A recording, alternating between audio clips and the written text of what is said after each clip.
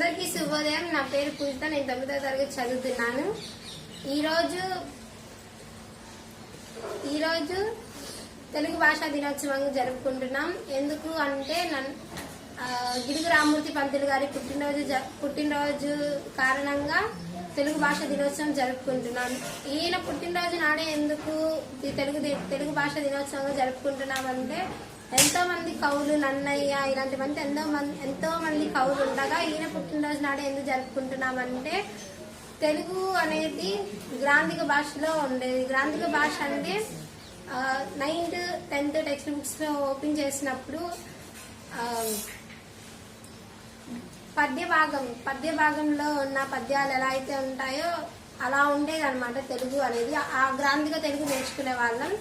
next వచ్చే సమాజానికి ఇలా తెలుగు కష్టంగా ఉండిద్ది అని చెప్పి